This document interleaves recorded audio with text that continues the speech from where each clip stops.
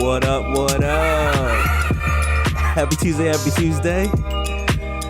Man, you looked towards me like, what did you just say? Like, I don't know, you gave me that vibe. I'm like, no, I just felt like your energy was different.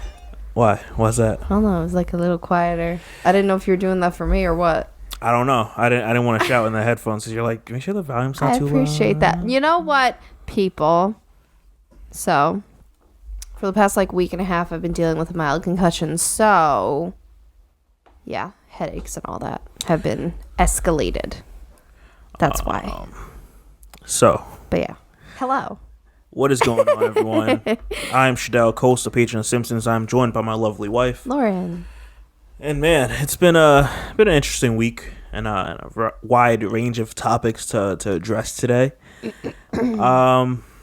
Man, before we get into this, guys, we're gonna have to plug this. I'm sorry, for existing buy listeners. Our stuff. I mean, not even buy, just support, share it. Like, I don't need a purchase. Yep. Like, favorite the store on Etsy. Yeah. Like, I'm just looking for any little bit of support. The free things you can do to support a small business are so important.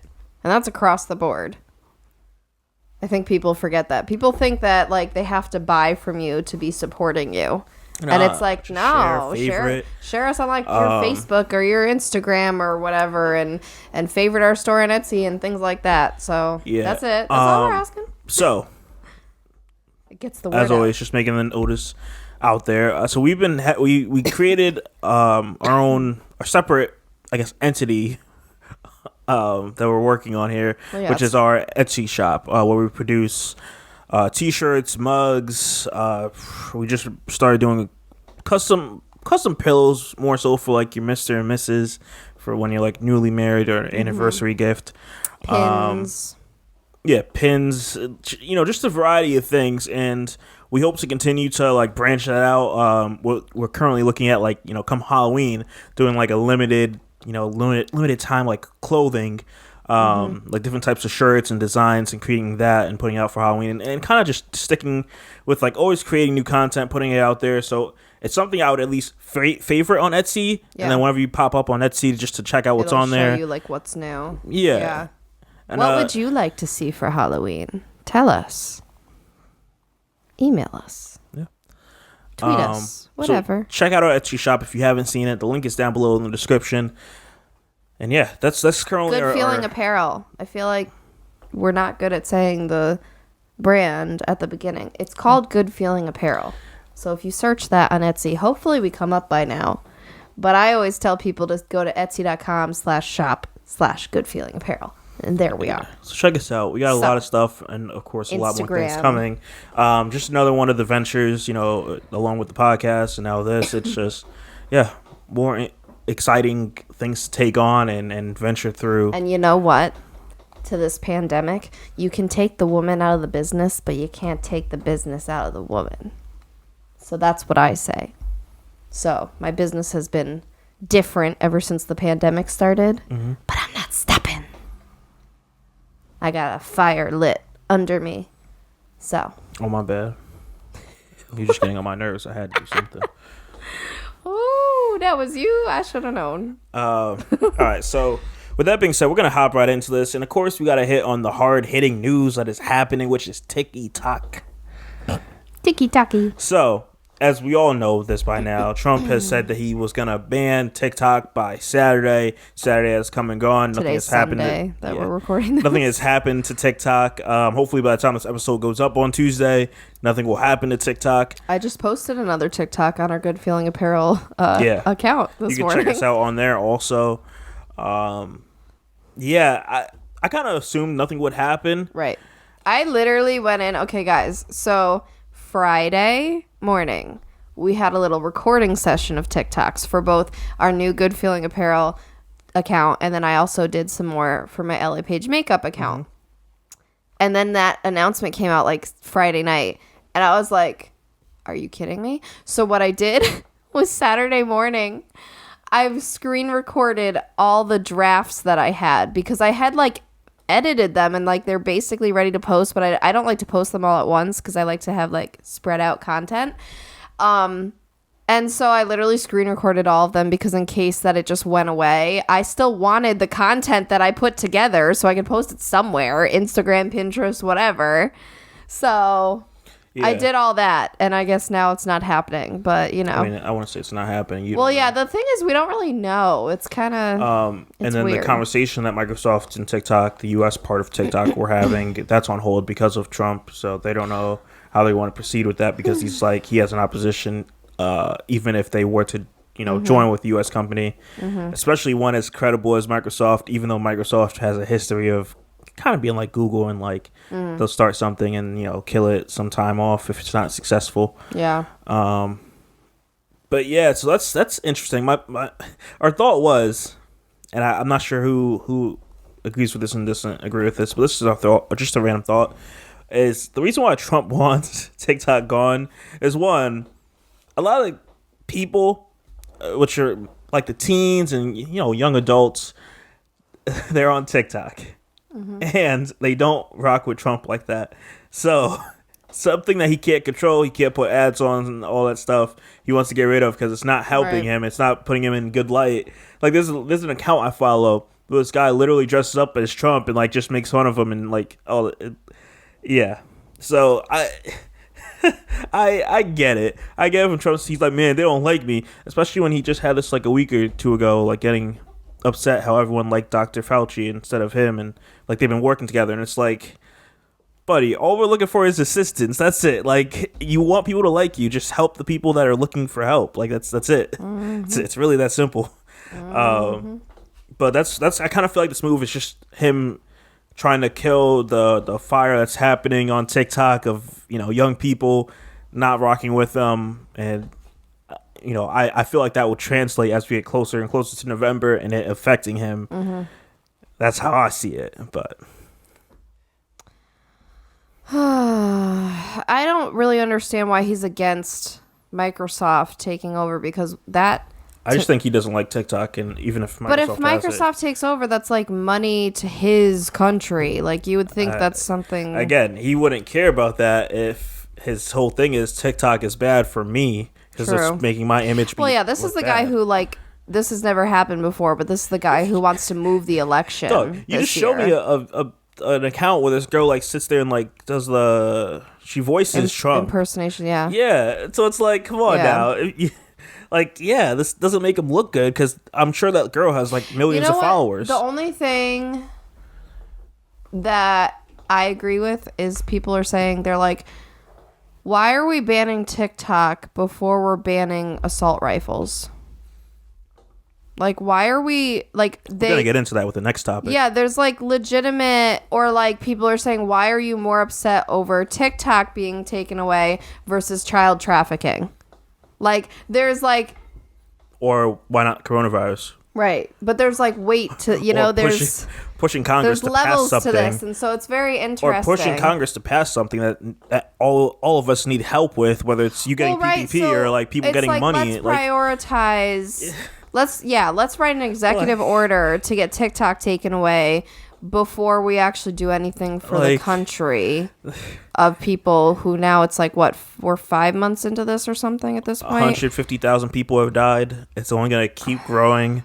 Like, people still need unemployment and all of that. Like, come on. So, yeah, it's like there's degrees to this. It's like there's so many other issues that should have been prioritized ahead of this. And so now all of a sudden we can be gung-ho on this. That's the problem. I mean, it's been like that for the last couple of years, so I can't really expect much. Outside of that, I'm cool with moving on if you are. Yeah. So, another controversial topic. As always, I feel like we're known to do these last couple months. So, in Connecticut, I'm not sure about other states, they're talking about removing school resource officers. Now, for those that aren't familiar with it, a lot of schools, I'll say a lot of high schools, probably middle schools also, in their elementary, they have like a police officer that's like dedicated to that school. Which is like newer, because like when I went to school, it's not newer. I had it in high school. Okay, all right. I guess it depends where you were. We're gonna get into that. Okay, I'm just like saying disclaimer. I graduated in 2011, and I never. I'm just saying, I never had actual police officer. We're gonna get into that. Like, okay, I'm just setting the groundwork here. Okay. So, one of the, I guess, the people in Senate or whatever that, that handles Connecticut stuff. Mm-hmm. I guess he was one of the people that were all for it. And was it Chris Murphy?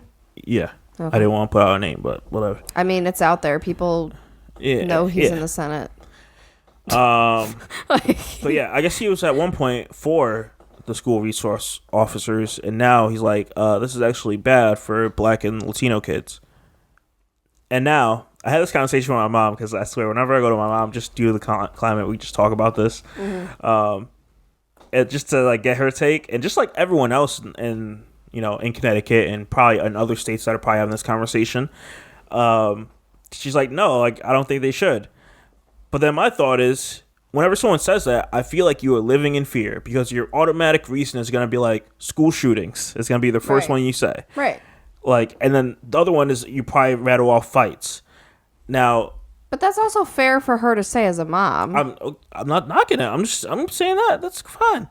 Now, my two things to that, as far as the gun thing, is because, dog, instead of focusing on taking police officers, well, having police officers there in case of a school shooting, again, living in fear, which I'm not for, and we've spent years dealing with someone in power that is constantly pushing people into fear. Be fearful of this, be fearful of that. These people will come in to take your jobs, just all that stuff. It's annoying.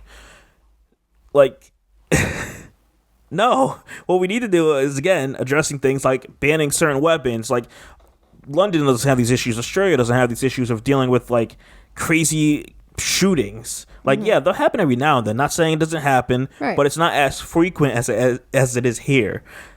So handling that, and another part is putting more money into mental health. Like, right, like that. Well, right. That's the, and this is the whole thing of why people.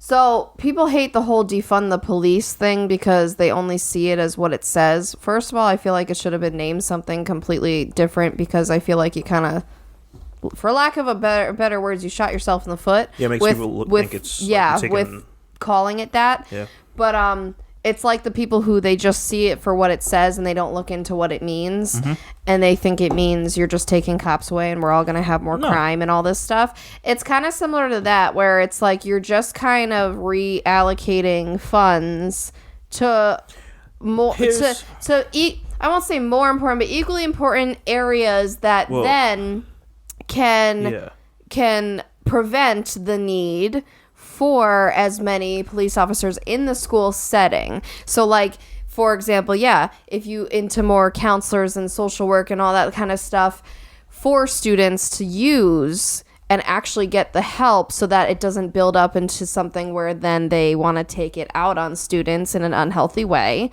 Or, the whole assault rifle thing. People, again, they get so worked up, like, don't take my guns away. I don't care if you have a regular ass gun, but, like, do you need an assault rifle? Like, the thing is, a rocket launcher. Right. Like, what do you need that for? What do you need to, like, spit off, 100 rounds in 30 seconds or something like that? I don't know what the rates are, but it's something ridiculous. I mean, what do you need that for?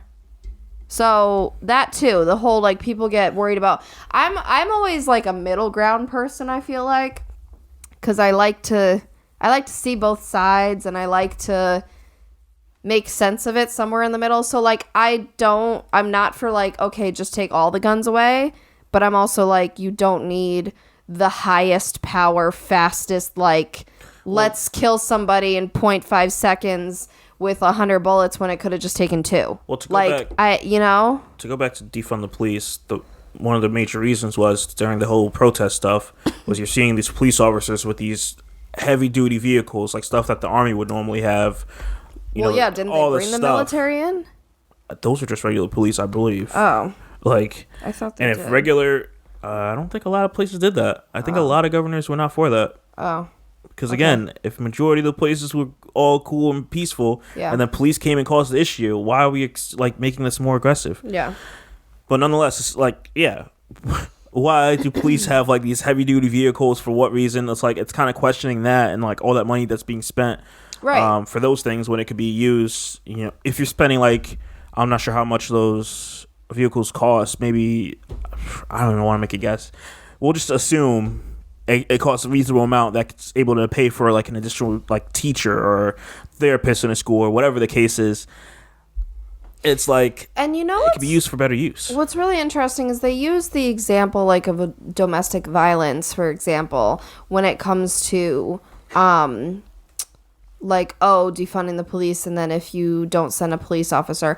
No, but like, what if you send a police officer to obviously get somebody out of danger immediately, but then you also send like a psychologist or someone in mental health to actually then help the person get out of that situation?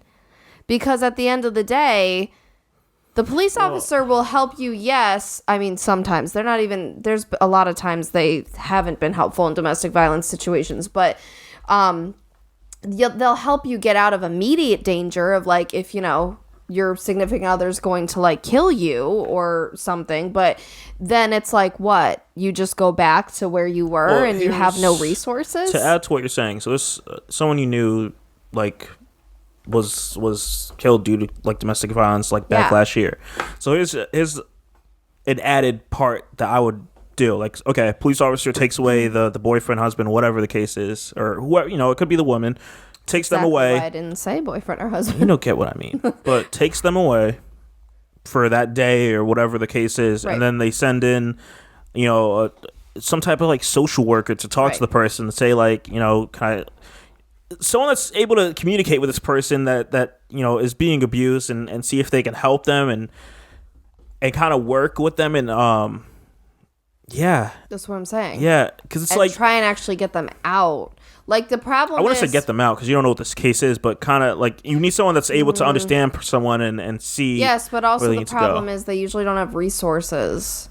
Well, that's what the person would. To a better situation. Well, that's what the person would come in and speak with, because you don't know the situation. It's like, get them out. Right. Like, so, but that's exactly what I'm saying, and so I feel like if we reallocate resources to stuff like that, it helps, because at the end of the day, you know, I'm sure police officers are trained to a certain extent on like emotional stuff, but their like priority is your physical safety. That's pretty much the priority. And you can't knock them for that. Right. Like, yeah, but that's so what I'm saying is they're limited, and that's fine, because everybody in their job is limited to what they know or what they do. So now it's like, it's the whole idea of like the community, you know, and like, let's like, what's the word I'm looking for? When they say like the whole family needs to like build and, what's that phrase? Yes, it takes a village. Oh my gosh, that's exactly what I was thinking of. Yeah, so it's that philosophy. Yeah, look, there's better ways for it to be handled. One thing I want to also mention is that, to go back to this like school resource officers and taking them out, dog, to give you guys some context of my background in going to high school, and then to touch on yours as to why you didn't have one in your school. First, so I was a kid, came right out of private school into a public high school. So brand new, never been there in my life. It was a I wouldn't say a culture shock, because I learned how to adapt real quickly, but I hang around like so many different kids. It was kind of almost like a prison in a sense, if you think about it. It was structured, it was segregated in a way where you had like the preppy white kids over here, you had the Spanish kids over there, you had the nerdy kids over there. That's called cliques. I wouldn't call it cliques. That was a thing at like every high school, I feel like. So the way I fit between all that was just being the fluid person in the middle that, like, you know, had friends and I can go sit over at the cool kids table. Or there's been times, really in my earlier days of high school, where I sat with the Spanish kids and all that stuff and ate with them, or with the nerdy kids, where like just being able to jump to different people and adapt to that situation. So I've been through it all.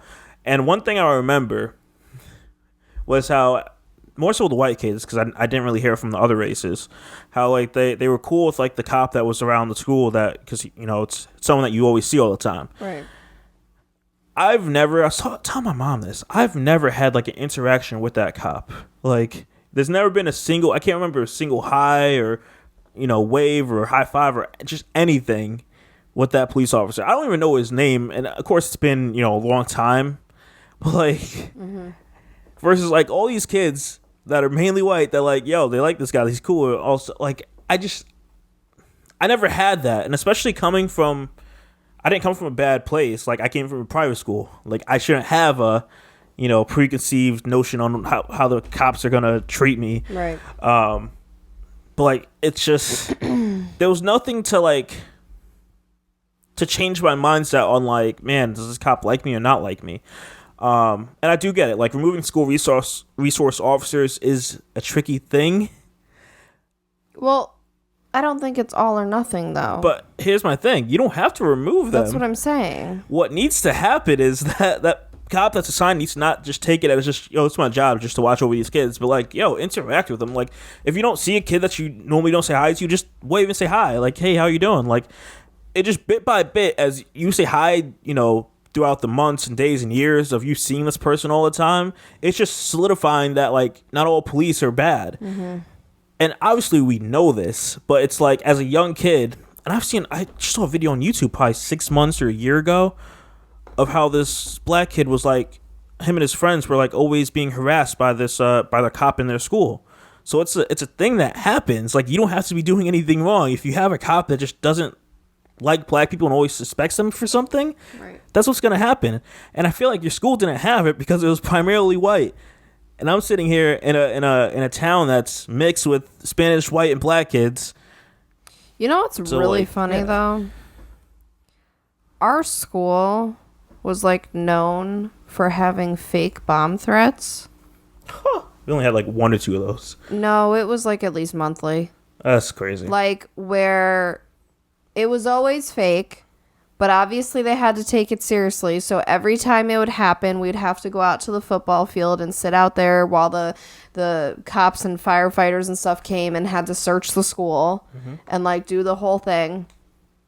And it was literally like a joke because everybody just... none of the kids ever took it seriously because it was so frequent that we're always just like, here we go again. Now we got to go outside. It's hot. It's rainy. It's whatever. Like, and it's like... And half the time, whoever did it didn't even get found out. So, like, it was... But, yeah. So, what's funny is we had that, and we still didn't have, like, a cop of any sort come in eventually. And this was a thing that, like, I don't know how many years it's been a, like, tradition, dare I say. Because, I mean, my older sister was in that school first, and she went through it all those years. And then I went through it all those years, and it's probably still going... Well, honestly, I don't know how it's going right now, because maybe things have changed. Maybe there is a cop there. I don't know. But, yeah, it's just... That's the funny thing, is we always had that, yet it never triggered the need for a cop in there. We always just had the greeters. That's who I remember. What? Did you not have greeters? It's like it's a greeter. We never had a Walmart greeter in a school. You just walk in the building, chill, and wait until it's time to start class. Like, what? It wasn't a Walmart. Oh, my God. Walmart greeter. So in the front and the back of the school, we had people... Well, mainly the back, because I feel like the front, you usually went just right to the office to sign in. But if you were... Sign in? Hold up. Go ahead. Tell me about these greeters and signing in. I'm so lost. It's this privilege, man. So they're in the back of the school where like the student parking lot was, and you would go in. So I feel like the greeter was there primarily if like, say, a parent came to pick up a sick child, or if like something like that and had to go into the school. So picture this. I think it was basically the step before a cop. So, because what would happen is these people who are not normally in the school would sign in and out so that there was evidence of like who was in this school at what time, just in case anything funny happened. So like that was kind of the primary thing for that. So like I always remember that because they were always there and we were always like, oh, hi. Like, you know, when when we'd walk in, but that was what we had. I think it was primarily the back because it was just like the front. Obviously, you just walk right to the office to like talk to whoever you needed or pick up whoever or whatever. But in the back, because there's another entrance to the school, even though it's specifically for the students, sometimes people would like wander in there, and yeah. So you had to sign in every day you went to school? No, what I'm saying is the random people who, like, if you came to pick your kid up because they were sick or, like, interesting, whatever, came to drop something off. I don't know. Interesting. Yeah. It's interesting. So, because they had to have record of, like, who was here in case something weird happened. Yes. Which makes sense. So it kind of is the step before needing a cop because then if something happened... But also my next thing is another reason why people are like, you need to have a police officer in schools was because, in case fights happen. And like all the fights I've seen, it's always been a teacher that broke it up. Oh yeah, same. Like I've never seen a cop like break up a fight. I've seen a girl get thrown through a glass, not thrown, but like her head smashed through a glass window and a cop wasn't there to break that up. Bruh, or like some girl got her wig like ripped off and like no. Oh no, that's not gonna end well. But I've seen a lot of things. Oh my gosh, that's. Dog, I've seen a lot of fights in high school. The fights that I remember were just the stupid like ramped up boys usually who are just so high on testosterone and like so upset and like they start punching each other in the middle of the hallway and then it's like this little crowd and then the teachers have to go break it up. Yeah, again, it's always the teachers, which brings me back to my point of like what you and I were talking about. Teachers are not paid enough. It's ridiculous. As a teacher, I do not sign up to get into a physical altercation between these children who, by the way, if I teach high school, may be bigger than me. It was always the guys that I think broke it up. Right. It's no same. Because I'm really like, women. I'm over here like these children nowadays. Can we talk about how these children don't even look like children anymore? They don't go through the awkward phase. They just go from being like 10 to 20. And it's weird. Like girls and boys, whoever. I had a lot of like more so guy friends that were like they were like really tall. I'm like, there's no awkward puberty anymore. Like where'd it go? They were really tall and they could be like freaking 16, 17. Like they're not even of age. Exactly. And they're so it's like super tall, like they're an adult. Right. If I taught high school, I mean, like I'm short, so like there would be a lot of bigger guys than me, and but yeah, so we had like fights, but it wasn't like. Whatever you just described, that was kind of aggressive. It was, the normal, like, hey, I'm going to punch you, it didn't happen, rattling up, and then it didn't happen all the time, but, like, you knew the people that didn't like each other. I'll say that. I don't even remember who it was that fought. I just remember every now and then there's a little, tussle, and I was just like, all right, whatever. Talking about the school, one of the illest things I'll forever remember to this day, and I hope to pass it on to my kids whenever they get bullied, I'll always remember this, and I'm not sure if I said this on the podcast, but I've told you before how, like, this kid, he was like, he was the bully type, and he, like, tried, like, choking me up, like, getting around my, like, collar, and trying to scare me and stuff like that, and then, like, I'm sitting here as, like, the jokester kid, the quiet kid, whatever, so I'm sitting here, like, his name was Habibi. I'm like, yo, Habibi, why are you so like mad? Like, is something happening? Like, is something happening at home? Like, we could talk about this. You don't have to go through it. Like, just playing around. But like, of course he let me down. He was a bit like bothered by what I said, but I'm like, something's happening there. And like, I remember like seeing this kid back. Like, he worked at like the U-Haul, like literally down the street from us. And I saw him like years ago. Oh, that's weird. And like we're all cool, like there's no issue because I didn't have an issue, but it's just funny like bumping into people.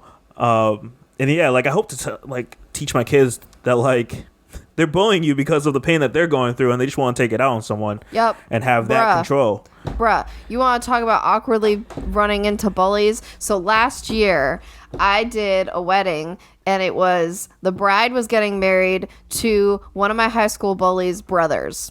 And I can't believe I didn't realize that this could be a possibility before I even did the wedding because of the last name. I should have known what her last name was going to be, like should have rang a bell. But anyways, so I'm getting her ready. I'm getting people ready. Mind you, what would that be? Sister-in-law now? She's not, she wasn't one of my clients. She wasn't getting makeup by me. So I didn't actually like have to like be face to face and interact with her. But as we're getting people ready, she comes in, and she and the other bridesmaids, and they're just sitting there and whatever. So I'm over here, and like, of course, my natural instinct is to get like sweaty and kind of anxious because, I mean, this is a person who caused hell in my life.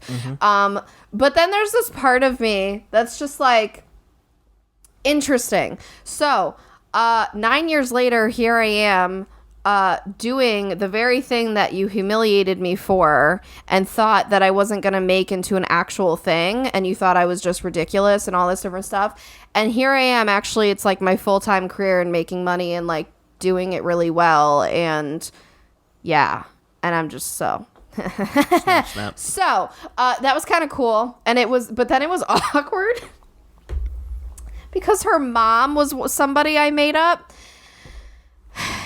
and she like asked if I knew her. I almost said her name. I'm like, let me not say her name on here.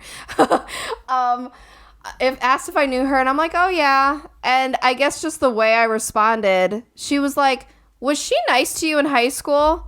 And I was just like, in my brain really fast, in like the 5 seconds I had to decide, I was like, do I lie about this or do I not? And so I said, no, not really. Like, it was a really awkward conversation. And she's like, oh, that's not okay. Like, I was telling her like how, no, like, I don't know, to, I guess, make it seem like it wasn't just her. I said how basically, I made YouTube videos, and a lot of people bullied me for it, and it was like this hilarious thing back then and all that. And she's like, yeah, but that's not okay, and I'm gonna talk to her. And I was just like, no, you don't have to do that. You really don't have to. She's like, no, she needs to know, like, I'm going to talk to her. And I was like, oh my god, this is getting more awkward as we go on. And so I have no idea if she ended up saying anything to her, because basically when we were done, I peaced out. I did, we said our nice goodbyes, our professional goodbyes to them, because her and a couple of the bridesmaids were the only ones left in the room when we left. And it was like this awkward, I don't even remember. She said something weird, like under her breath. And I was just like, whatever. Like, I just left. So I was the bigger person. But, yeah, I don't know. It was awkward with the mom thing, because I don't know. But I guess she was known for that, which I'm not surprised by. I know that I was not the only one she bullied. Mm-hmm. So I guess her mom wasn't also surprised, because she kind of like, yeah, knew of some stuff back then. But yeah, so those are fun times. Yeah. But it's like, still here. Yeah. To wrap this topic up here, because we went on like a lot of tangents. We're going on a lot of tangents today. At the end of the day, yeah, I don't think removing school resource officers is. I'm in the middle. It's really just, if we're gonna keep them, the cops just need to know that, like, they need to talk to everyone and kind of put a focus on like the Spanish or black kids. Just saying hi, or I don't know, smiling when you. It sounds extra, but like, these kids come from like different backgrounds. They may not have a cop in their family. They may not have someone that is in the military or whatever the case is. And it's just having at least one person that is like an authority figure change their mind or viewpoint is worth it. Like, I was never a part of like, all cops are bad and this and that and all that stuff. Like, I was never for that, and that's not what. When people say, well, the non-political version of Black Lives Matter is. Well, yeah, I kind of hate that there's a big group of people who, if you are for BLM, you also have to be for ACAB. You can't be one or the other. You have to be both put together.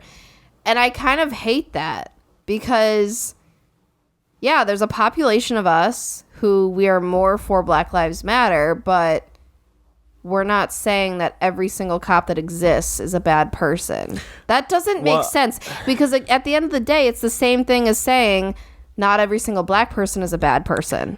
Like, why would, you know what I mean? Like, why would we, who doesn't want to, like, segregate a certain portion of people, why would we then do that to another? It doesn't make sense. It's kind of hypocritical. They don't care. So there's a song by Wale. I don't know what it's called. He did off one of his albums, like, or not albums, mixtapes that came out last year, like an EP. About like pro-black doesn't mean you're anti-white, and I love that song so much because like, yo, that's me. Like, and I'm probably gonna make a shirt like that and put that on the Etsy shop probably within the next month or so because I like that a lot. Like, it doesn't. I'm so pro-black, but it doesn't mean because my wife is a different race does not like change anything. Like, yeah, that's been a thing. That's stupid. But yeah. I don't like that. All right. Anything else you got on this one? No, that's kind of all the tangents that All right. Woo! Oh man, this episode, man. So this next one, I just had to talk about is why are men so insecure? And this is coming off of. That's the question. This is coming off of so on Twitter. There's for those that like rock with Twitter, I kind of rock with that because I like the viral tweets that happen and just like. Seeing what happens. I like Twitter a lot more than all the social medias. Mm-hmm. And like this girl, she posted like a picture and saying that like she's finally like divorced or whatever. And she did like a whole like TikTok like serious thing of just like her relationship and how she found out that her boyfriend was cheating and this and that, and like he blew all their like financial like their joint money on this girl he was cheating with, and like he was domestic. So there's this TikTok. Wait, is this what she does with her TikToks? She like reveals. Oh, okay. Wait, reveals. No, what? there's these women on TikTok that basically go and if somebody inquires, hey, can you like see if my man's messing around? Nope. They'll basically go and like pretend to flirt with him to like then see if he's going to do something. Nope. And they reveal like all the texts and everything. Nope. This is her giving her own experience of what happened. And like he was domestically abusing her and all that stuff. Very violent, I guess even like attacked their dog or her dog. Yeah, it was interesting. And like she finally got divorced, and like the reason I brought this question up is because this guy was a part of the military. I think he was a part of the Marines or something like that. And like I screenshotted this of the certain part in here that I read, which is I guess she wanted to join the military. And this is something that I feel like a lot of guys say, and I'm like, why are men so insecure? Let me see if I can find this here.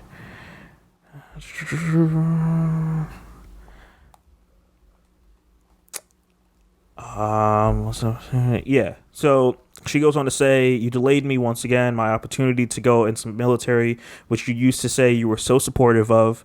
But now I just think you are jealous. Jealous because you are afraid of how much better I'll turn out than you. I think all your actions prove how insanely afraid you are of my success. You wish and pray that I'll be nothing without you. You hope that I'll need you and beg for your help and support. You truly believe, or at least try to take credit that I am who I am because of you. That I only have what I have today because of your money, and your support.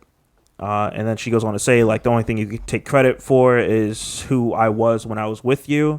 And that girl was sad, afraid, consistently trying to protect you and your image. I thank you for being difficult, extremely unfair, hurtful because of your actions, your selfish gain. Again, it has allowed me to become someone I would have never been without you. You were everything, holding me back, and every doubt I had in my mind. We love it. So in her last like line here, because she separated it from this like huge paragraph, she's like, I'd rather not have health insurance and be dead and broke than be dead and broke and married to you. And that says it. She ends it with, sincerely, your psycho ex-wife, because he told her that she was psycho, made her all that stuff. Of course. And I say that to be like, I hear this every single time, and I'm not sure about women because I can't speak on that, but I feel like a lot of guys are always just like, you're not going to be anything without me. Like, yeah. Yeah. It goes back to that mindset. I feel like we go back to like the 50s or something. And it's like, it's disgusting. This is, the reason a lot of women are the way they are is because a man or men did something to make them that way, like shaped them, like whatever experiences, whatever they said or did or didn't say or didn't do, like it. And it becomes this thing where you can get beaten down for so long and then finally something snaps. Mm-hmm. And you don't want to take it anymore, and you're strong enough, and you walk away, and you become everything that they didn't think you could, or that, you know, they made fun of you for, or held you back from, or whatever it was. And we get this fire to, like, prove you wrong. And in the process, we learn who we actually are. And it's like this chaotic but beautiful thing. And it's common. It is common. That's the problem, is what you just read, so many women could relate to. That's the problem. That's why so many of us are scarred when it comes to relationships or money habits or whatever. All this stuff. Yep. Yeah. That doesn't surprise me. And yeah, at the end of the day, it's on the man, because, like, what the hell? Why can't I be who I want to be or do what I want to do and be successful? And also, why is it all on you? Like, really? Really? So, like, I can't do anything without you. Well, and here's the thing. Like, I never understood that, like, because that I'm not my own mindset. person. And, like, we, not to spoil it, because it, like, literally just came out, but it was a similar, like, side story happening on Umbrella Academy between, like, this, husband and wife, where, like, she wanted to do her own thing. Granted, she was doing some other stuff. But I know it's complicated to explain. Yeah, but essentially, she wanted to live her own life, but she was always stuck behind her husband wanting to go out, and he even went to strip clubs and all that stuff, where she was always stuck at home. And, like, I never understood, because I sit here and question, like, myself here, because I always, like, try to run it back to myself to, like, analyze me, and I'm like, even when we were, like, at our worst, like, years ago, and, like, we're not sure if we were going to get married and stuff like that. Right. Like, did I ever have the thought in my mind that, like, man, she's not going to be anything without me? I don't really think I had that thought. I feel like I'm just, in, like, a situation like that, I'm just focused on myself. Like, I can't really speak for anyone else, whether you're going to be successful without me or not. Like, right. I have no control over that. Like, that's on you. Like, I don't know. I always, like, you know me, and I'm sure if you've been listening to this podcast for a while, like, I'm kind of just focused on what I can control, and I'm not about controlling other people. So if you want to go and do your own thing and whatever, like, do you, as long as it doesn't affect me in a negative way. You want to be the biggest breadwinner in the house, dog, do it. What's really funny here is, so the men have that kind of complex, and then you know what women have? We have the complex of, we can see the potential in a man that often he can't see. And so then we try to push to make that happen, and we try to help make him the best he can be and see things and push him forward and motivate him and do all these things. It's kind of funny, because if you think about it, it's kind of the opposites, where men will walk away thinking they did everything to make you so successful when really they did, like, bare minimum. Mm-hmm. And women will walk away knowing they did all they could to help you on your journey, but they won't hold it against you of, like, you're not going to be anything without me. Because that, like... Most won't, I'll say. Huh? Most won't. Most women won't. But what I'm saying... Right, so as a whole, it's kind of funny, because it should be the opposite way. If we put the work in, we should be the ones thinking, you're not capable without me. But we don't do that. But then the men who do, like, bare minimum for their ladies are all like, whoa... I'm the best thing since sliced bread, and you're not going to find any better or do good without me. Like, really?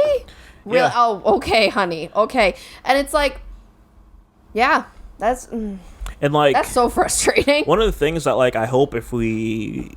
Whether we have a son or daughter, but more so if we have a daughter, like, yeah, I'm pushing, and I know you will, but I'm pushing to, like, for her to be like independent and to like handle her own thing and like not needing honey. someone else to like fulfill her and make her feel like she's Yep. accepted. Like it's portrayed like that in so many movies and just the society we live in. It's like that's not Yep. true. You can do everything yourself. A person should be an add-on, not like a Right. detractor.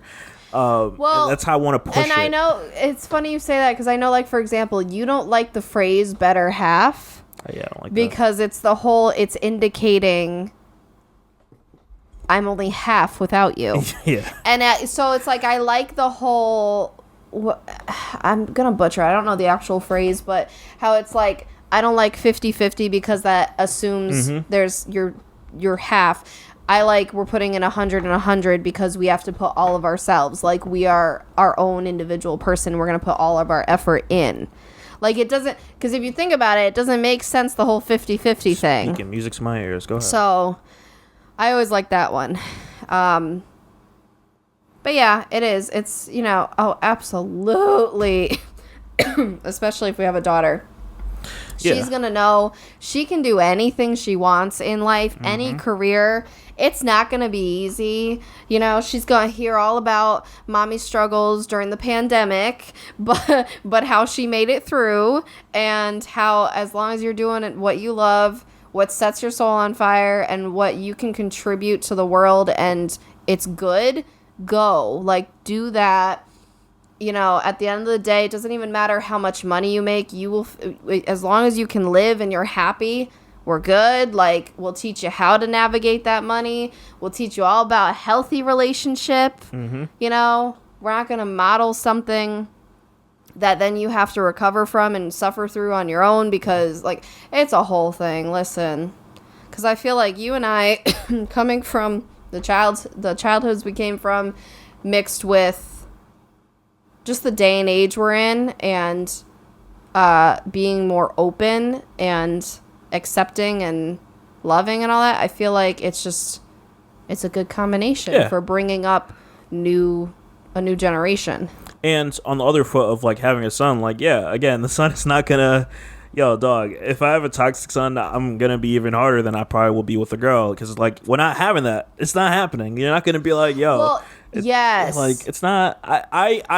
My mom didn't raise me like that. Again, she didn't put emphasis on that part, but I knew by seeing what other people do and you know what I shouldn't do, of like how I should handle relationships. And like, yeah, I'm not the greatest. We had issues, still have issues, all that stuff. But like, it's just you just figure out what you should do and shouldn't do, and just go with it. Like it's the whole dynamic. Stop teaching your daughters how to dress to not get raped instead of teaching your sons how not to rape. It's exactly that. Because we put more emphasis on, well, what were you wearing? Did you tease him? Wild. Like, were you you were out kind of late? Like, all those. You had some drinks. Like, all that. We put emphasis on that more than, well, why'd you touch her? Why were you even thinking of doing that? Like, would you like that if you were shirtless and then she just did that to you? Like, no. It's a... Woo! Woo! Dog, I'm not playing when it comes to the And then kids. I know, like, we were talking about the other day on the kid thing, how there's this TikTok of this adorable little boy. And, I mean, he's probably, like, a young teen or something. And he was crying to like some like song about basically how he's gay and his parents are saying, well, you're going to go to hell and it's a sin and all this different stuff. And I'm like, we're not playing that game. Like in our house, if our kid came to us and said that they were anything else but straight, it's just going to be like a normal conversation. It's just going to like I want it to be an accepting enough household that, well, one, I hope it's not this big thing that you have to wait until you're 18 to tell us if you know at 10, like, and two, you can just come to us and be like, so this is who I am or this is who I love or whatever. And we'll just be like, okay, cool. That's nice. Like, just like a regular day. Like, you don't have to make it this thing. So I feel like all this stuff combined is like what's gonna make it so. Hopefully, hopefully our kids turn out all right. I know that society plays a role in their personalities and all that too, but you know, they'll have a strong foundation at home. Because honestly, that's the key component a lot of kids are missing. Let's be real. I'm with it. Man, we getting deep today. I mean, since we're hot off this topic, it's only right to go right into Rihanna saying that her Fenty skin collection is also for men. Oh, we love it. We love to see it. And she has a picture here with, like, I assume they have it on here. I have no idea. You probably know better than me, but her and A$AP Rocky, and like she captioned it. Let's put it this way: they should have it on. I assume they would have it on. Most times. You just think people go like bareface or? Oh no, you never go bareface. Even when celebrities say they're bareface, they're never bareface. I'm not really because A$AP Rocky, for those that are in the rap world, he's big in fashion and all that stuff. So I wouldn't be surprised that he rocked that. No, I'm just saying that sometimes you question whether brands are actually using their brand for a shoot. For example, if you look at these mascara commercials from when we were growing up, when they like zoom in on the eye to show how great the mascara is, they always have a false lash on. So it's like, I'm sorry. So you're telling me that's what I'm going to get with just mascara? Okay. Yeah. So that's all I'm saying. And I'm like, that's cool. I'm like, I'm not sure if I would try it because I want to know, do we know what the packaging looks like? Oh man, it's I saw it. It's just some like clear.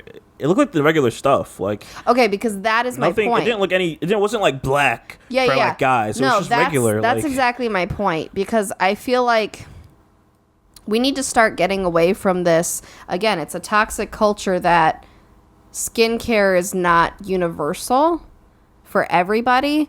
And there is, like, for example, Clinique, their men's line, I think, is a navy blue. And it's, you know, meant to be more masculine and all that kind of stuff versus their lighter color, you know, other stuff. And it's like, we need to get away from that. Like, I know that it's going to take some time because you still want to market to people in a way that they'll buy it. Mm-hmm. But I think slowly but surely, maybe we'll just get to the point where, like, it's just neutral. Just what it is. Like, this is just skincare and it's for everybody because everybody has skin. Like, that's regular, it at the end of the day. It's regular stuff. Cool. I like it. Nothing really crazy. I like it. But, yeah. Oh, okay, cool. And so they're saying, so this whole line is supposedly marketed towards men. So even like the foundation and the stick and all that. So we're looking at the Gentleman's Fenty Face Custom Complexion. It's a 5-piece set. Oh, okay. So yeah, and it gives you all the skin tones. Nice. Okay, so this is even better because it's not just skincare. I guess. It's makeup too. You get a foundation, a contour stick, blotting powder, blotting paper, and a touch-up brush. Oh, okay, so it's not even skincare at all. This is makeup. Well, she also has a skin part to it. Oh, okay. This is what I can find off Google. Right. Don't right up here, Fenty Skin. Oh, boy. We're doing on the pod research. That's really cool, though. I'm not sure if it's out yet or not. That's my only, thought. But yeah, and honestly, I think that's where brands have to start. Just make packaging that is universal. You know, honestly. So if you're a newer brand or you're like rebranding, stop with all the colors. Because again, we're getting into the whole stereotypes of girls are pink and boys are blue and that whole thing. Just make like neutral packaging from the beginning. And then I think, one, it's training everybody to be like, hey, this skincare is for everybody. We're not making two different packages. It's just both of you can use this. And then it's like, it also, let's be real, that's the way things are going anyway. It's more classy and like sleek and it's easier. I have a feeling that when she says it's for men, it doesn't mean like a separate brand. She's just saying like it's also for men and then showing it on like A$AP Rocky and then Lil Nas X. Right. I guess because all those things she showed, those are normal products in her line. So I'm like, that's really neat. See, that's exactly it. Yeah, she added it and she put like all she really did was like add a name of Gentleman's, you know, before all that stuff, and then put a picture of a it's smart guy on because it. Like, you know, You can have a guy and a girl who are together, and they could have literally the same foundation, but in different shades. It makes sense because it's like, what's the difference between a guy and a girl? Exactly. It's still skin. Like, well, and this is the thing. So, like, even with my makeup career, you know, from time to time, people will legitimately ask me and be like, do you do men's grooming too? And I'm like, yeah, like, not often because most people don't want it or ask for it. But sure, I mean, because on your wedding day, if you have a guy who's super self-conscious about acne or his dark circles or something like that, we can touch that up. Mm-hmm. It's not about, because obviously at the end of the day, for your regular, you know, cis straight guy, he's not looking for a whole makeup look, but he just maybe wants the complexion to be a little more even. Mm-hmm. Because there are guys that have super dark circles or tons of acne or spots or something like that. And it's like, yeah, like, it's not weird to want to just look your best on your wedding day like everybody else. Yeah. So. Yeah, I'm with you. Yeah. Man, so lastly, we're going to touch on some relationship advice here. This one's an interesting one. So this guy goes on to say, I can't take my wife's cooking anymore. I'm going to try to keep this pretty simple, but let's see. Do I want to read the whole thing? Do you want to read the whole thing? Not really. I hate you. I'm gonna start coughing if I read all that. Okay. So bear with me, because I don't have the COVID. If anybody's curious, I'm probably gonna mess up here. So this guy goes on to say he doesn't put his age or her age. Well, he says, I know in 99% of these posts, they can be resolved by talking and communicating with your spouse. However, whenever I try to talk and communicate, she takes it so critically. When I say I can't cook, when I say she, okay, yeah, I'm right. When she says she can't cook, doesn't even use basic spices like salt and pepper, it's awful. She prefers to bake. What? Wait a minute. Okay, keep going. Okay. She prefers to bake bare chicken and never coats it with anything.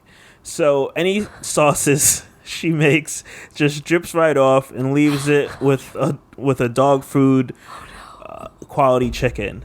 I have brought up, this guy is like spelling is atrocious and making me mess up. That's my issue. Oh my gosh. I have brought up numerous times that I prefer to use spices, and her reaction is always, that's just not how I cook. I try to send her recipes I think we both would like, and she always uses it as a jab. I have even told her I prefer that maybe I could take turns cooking, and she it's bad when the guy's like, let me cook instead. And she finally agreed one week, but every night basically judged me and acted like she's got it. He says he can't handle it anymore. He's tried openly communicating with her. She thinks I'm kidding and just jabbing at her. I mean, you should probably give the food to other people, but they'll tell you the same thing. I tried telling her recipes, yet she always comes back to what she knows. I have straight up told her I'm not a fan of most of her cooking, and she acts like I'm just kidding. Okay. Besides a cooking class, which suggesting that would feel like another jab she'd blow off, I'm literally out of ideas, and I think maybe at this point I will probably just suggest we cook separately, which would seem like a waste of money. Any advice would be appreciated. I've always wanted to do the little cooking class with you. I always thought those were cool. Yeah, maybe one day.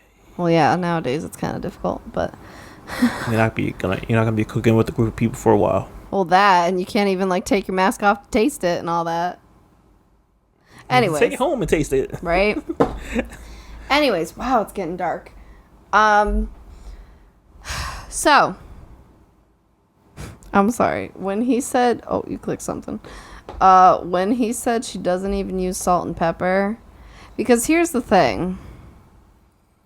I love how it's always the joke that like white people only season with salt and pepper and like nothing else. And I'm like, So she doesn't even You know how nasty that is? No use. offense. You know how bad that is to just eat plain chicken with nothing on it? Well, yes, and I've done, because I feel like I've done it when I was like super sick, and you have to introduce things mildly and stuff. Just and ew. Yeah, it's just, no, honey, that's not the way. We're so used to eating things with like some type of flavor on it. Something like even like pepper, throw it on. What you and I do, it's like minimum is like, even if we do the salt, pepper, and Italian seasoning on the chicken as like a minimum. Yeah. Because it's something. Just a little something. Because even just salt and pepper, it is. It's kind of just, it's nothing.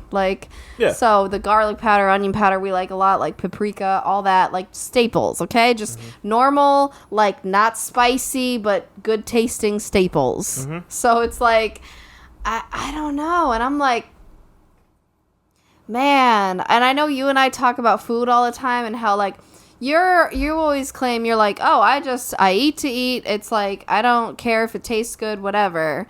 But at the same time, if I was making this, you would not be a happy camper. Well, cause like it still has to taste edible. Like, well, yeah, like it can't just be like, you can't just be I freaking cook some. It's really just, you're serving me baked chicken. You're just like, here you go. But even baked chicken has some spices. If you look up baked chicken. I mean, not the baked chicken she's making. Oh my god. It just, that's so. No, I couldn't do it. I understand. Oh no. What I would do. Oh no. If I was him, enjoy my food. If I was him, yeah, it sucks. You're going to have to cook separate meals. But I would slowly start like cooking things that like stuff she would like. And then hopefully she starts getting interested and she's like, oh, can I try a little bit of that? And then she like likes it and starts picking up. And she sounds very stubborn. I'm like, how do you not know this to begin with, that this is how she cooks? Right? Like you guys are married by now. Like you didn't know this in the early stages of like... Right? Like when you're dating and going out to eat. How do you go out to eat? I'll just take this chicken with nothing on it, please. No, literally. Like... all that seasoning, I want it off. That's nasty. I want rice. Don't put butter. Don't put anything. Literally. What? No salt, please. I can taste it.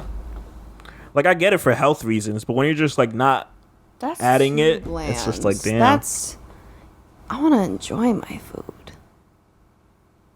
Oh, no. Yeah, I would cook separate things. That is a pain, though, because if you have, like, traditionally, one stove or whatever, that might be a pain to do. Make work. Because what else are you going to do? If she's like, yo, I don't want to go to cooking class because I think you're taking jabs at me. I don't want you to cook. Though. Like this and that. Like, it's like, okay, cool. I think it's so cute to do like a cooking class, Cooking. Like two of you. What's learn crazy? Something new. It's romantic. It's fun. They always made cooking seem like it was crazy when I was growing up, like as a kid. Like, oh man, a man's got to know how to cook this and that. I'm like, all you got to do is follow a recipe and that's it. Yeah. I don't really understand it. I never understood that logic. Yeah. Well, yeah. Even my dad, it was always the joke in our house because he could literally make like, boxed mac and cheese, toast, or pasta.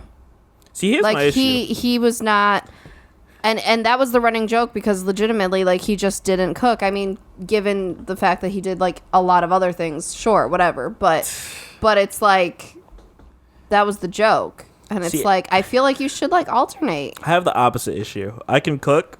I just suck at making rice. I don't know what it is, but I feel like my brain messes up when it's like... It's true. He gets the measurements wrong all the time. And you get mad at me for repeating myself. But I'm like, did you do the amount that's correct? I'm like, normally I'm like, 2 cups of rice, 2 cups of water, because you think that's what it should be. Yeah, no, literally the other day, I had repeated it to him. He's like, yeah, I got it. I know by now. And then what'd he do? The wrong amount. Still came out fine. No, because what happens is there's not enough water to absorb, so then the rice is hard. It's isn't gross. it too much water for it to absorb? So no, it gets hard? If you put it even, because you need double the amount of water to the dry rice in a traditional pot. So we have an Instant Pot and all that stuff. But we use it just for specific recipes. So we just put the rice on the stove like normal. So for us, for the white rice, you just do, 1 cup dry rice to 2 cups water. Mm-hmm. So stuff like that. You double it always. Because it has to absorb and become soft and fluffy. And so the problem is if you put the same amount, then it's hard. Okay. Well, no, if you ever come to our place, I can make some bomb-ass food, but if it involves rice, it's probably going to be not great. I make some bomb rice when I get it right, though. Like, if I get it right. It's like a 50-50 chance. Pretty much. But yeah, I'll cook different. Like, make things you don't like. I like the meals that you've cooked, yeah. So like, I make and it's bomb literally, meals. and yeah, just wait until we have kids. They're going to try different things even more. It's literally just a matter of looking up a recipe. Like, that's all we do. I've always been a recipe person, so like, I know that there's so many people I know who they just fling stuff in and they don't need measurements and they just know like what makes sense. And I get it for some things, but most times I like to follow the measurements on a recipe because I'm like, it'll be right. Also, I just don't want to mess it up. I feel like you know that when you like, the reason I follow recipes, at least for me, I feel like when you're a chef, like my sister and her boyfriend and stuff like that, like you understand, like, okay, adding too much of this is what causes this, or adding too much of that, and like you know all that stuff. Where like we don't know. Well, no, adding too much baking soda is going to do this. There's average people who aren't chefs who are just really good at judging what to put in or not to put in. That's just not my thing. I'll get to the point where I memorize a recipe, and so then I don't have to look at it anymore. But I'll still do I'll still do the measurements because I just want it to be right. Like I like to enjoy my food. I like it to taste good, and I'm like, if I put too much or too little of something, it might be completely off. And I'm trying to enjoy this food. I'm not trying to put all that work in just to be like, oh, in the trash. Well, exactly. So, yeah. All right. On that note, I think we're gonna wrap this bad boy up. Oh, Mrs. getting ready. She's like, "What?" She's like, "Oh, you're done." That's what he says. Yeah. I got two things before we head out. So, one, guys, we love your input. We love your takes and opinions. We love to incorporate it in the show. If you're a new listener or an existing listener, you can send us a voice message on Anchor.fm. The link is in the description for you to send us a voice message to play on the next episode, or send us an email at pageandthesimpsons@gmail.com, and we'll play it on the next. We'll read it on the next episode, I should say. Lastly, please check out our Etsy shop, Good Feeling Apparel. We have a lot of shirts. Even favorite it. I don't expect anyone to buy anything. Just simply favoriting it is enough. Share it somewhere.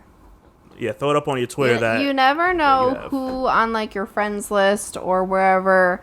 You never know who it's going to resonate with or who they'll then share it with. So sharing's a big deal. Yeah. Yeah. So check those two things out. Yeah.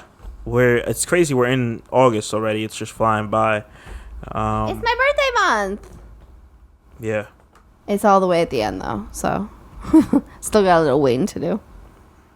Man, we're getting old. I'm going to be 27 on the 27th. Oh my God. This is the year. Lucky you. That was however long for me. When I was 15 on the 15th. On the 15th. That's when I realized birthdays were pointless. And I'm like, why do I celebrate these? I'm not joking. I remember this day. Like when I'm like, what's the point of celebrating birthdays? Like I don't really get anything. Because your birth is important. I'm not saying it's not important. You would I'm just not saying, be here if you weren't born, and then the world would be a different place. We all contribute to the world. Dog, I know you're just like off a kick of watching Umbrella Academy, but you gotta chill, bro. Like, no. Okay. All right. On that note, guys, we're gonna wrap this one up. I hope everyone continues to have a great day, a great week, great life throughout this coronavirus period. I was thinking great life too. I was like, wait. But yeah, we'll see you guys next week. Once again, I'm Shadell, co-host of Page and the Simpsons. I'm joined by my lovely wife, Lauren. We'll see you guys later. Bye. Peace out.